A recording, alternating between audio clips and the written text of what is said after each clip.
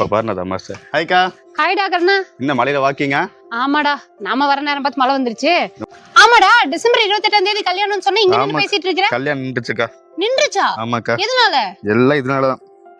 முடியலன்னு சொல்லி பொண்ணு ரிஜெக்ட் பண்ணிட்டாங்க. டேய் கவலையே படாத, அடுத்த மாசம் உனக்கு கண்டிப்பா கல்யாணம் நடந்துரும். முடியலதுக்கு யாருக்கா பொண்ணு தருவா? நான் சொல்ற இடத்துக்கு போ, கண்டிப்பா அவங்க சொல்றதை யூஸ் பண்ணும்போது ஒரே மாசத்துல உனக்கு முடி வளந்துரும். சரியா?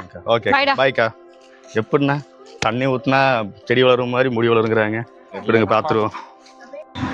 வாங்க, சரியான இடத்துக்கு தான் வந்திருக்கீங்க. இதுதான் நம்மளோட கருடா ரேபிட் ஏர் ஆயில். ஸோ இது என்னடா புதுசாக இருக்குன்னு பார்க்க வேண்டாம். நம்ம பழசு வந்து லேபிள் இல்லாமல் கொடுத்துட்டு வந்தோம். இதற்கு மேலே இப்படி தான் நம்ம கொடுக்க போகிறோம். சரிங்களா? ஸோ நம்ம கருடா ரேபிட் ஏரில் என்னென்ன மூலிகைலாம் போட்டு பண்ணிட்டு இருக்குன்னா நீங்களே பார்த்துருப்பீங்களா. கிட்டத்தட்ட ஒரு 27 வகையான மூலிகைகள் நம்ம போட்டு செஞ்சுட்டு இருக்கோம். ஸோ இது என்னென்ன பிரச்சனைலாம் ஷார்ட் அவுட் பண்ணு கேட்டிங்கன்னா வெறும் 7 நாளில் வழுக்கு தலையில் கூட முடி முளைக்க முடியுங்க.